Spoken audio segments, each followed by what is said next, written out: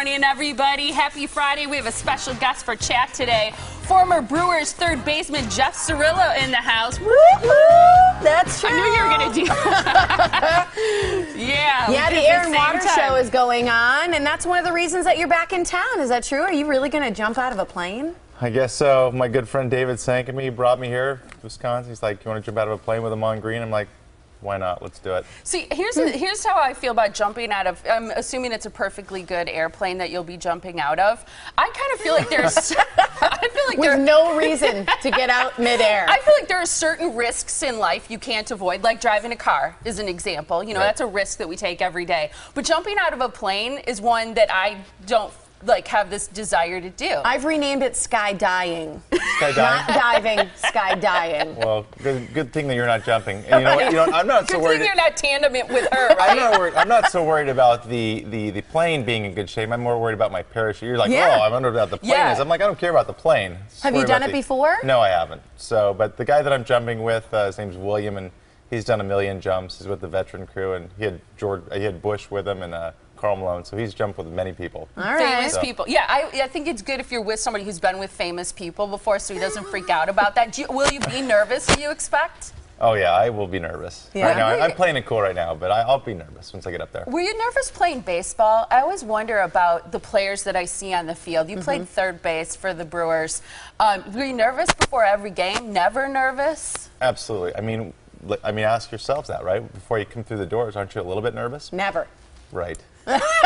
I'm nervous right now. Yeah. She gets nervous for me. All right. I worry about what's going to come out of her mouth. That's why I get nervous. Okay. Yeah. I have to bring up something because I have a good friend who always tells me, because my son is 10 and playing baseball, that, you know, strikeouts or you miss a ball, you don't make a play.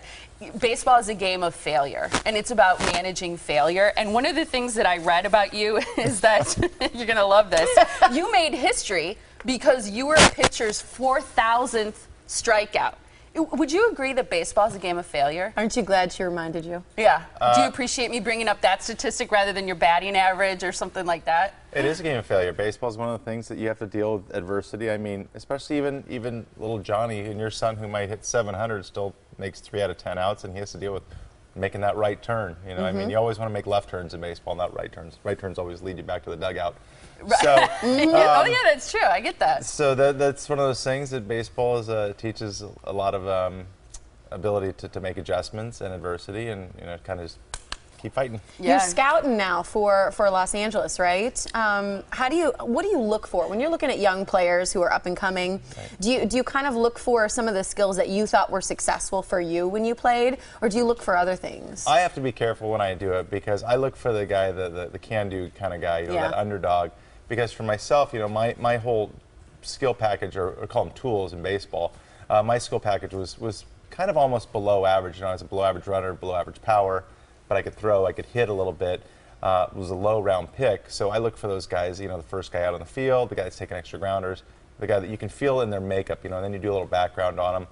And sometimes you feel a little bit, not dirty, but I mean, you're getting background information on all these players, but I always tend to gravitate towards that underdog, and I have to watch myself, because there's a lot of guys that have exceptional talent that might do it in a different way, that maybe they don't work as hard. I think that's interesting. Even in baseball, it's not just the skills, the personality.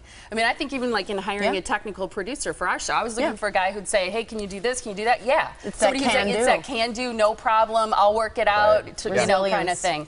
I wanted to talk about, you have 3 sons, Cole, Carson, and Connor. You did the CCC thing. The matching names. Yeah, we call them the matching names. I came from a family where Mike, Molly, and Mitch. So we had 3 M's. Our executive producer came from Kim and Kent.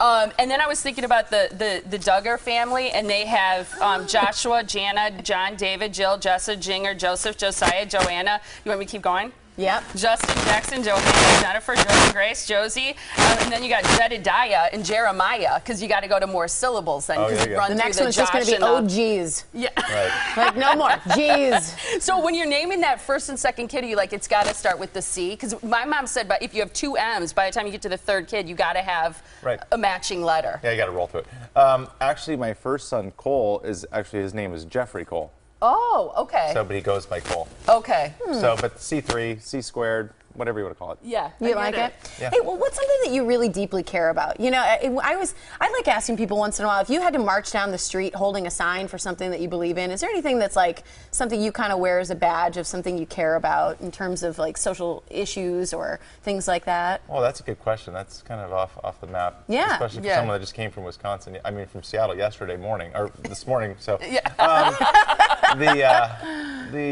you know, I just think social awareness, you know, being kind to people, you know, and for me, I've always, it doesn't matter who you are. It doesn't matter if you have a show, you're president of a company, or, you know, you're working security. It doesn't matter. I always try and keep people the same no matter what. That's cool. You're trying to do the best you can with what you got, and I am too. Yeah. Really quick, because we ran out of time, I don't want to miss an opportunity to ask you about Ryan Braun. I'm sure everybody asks you about it.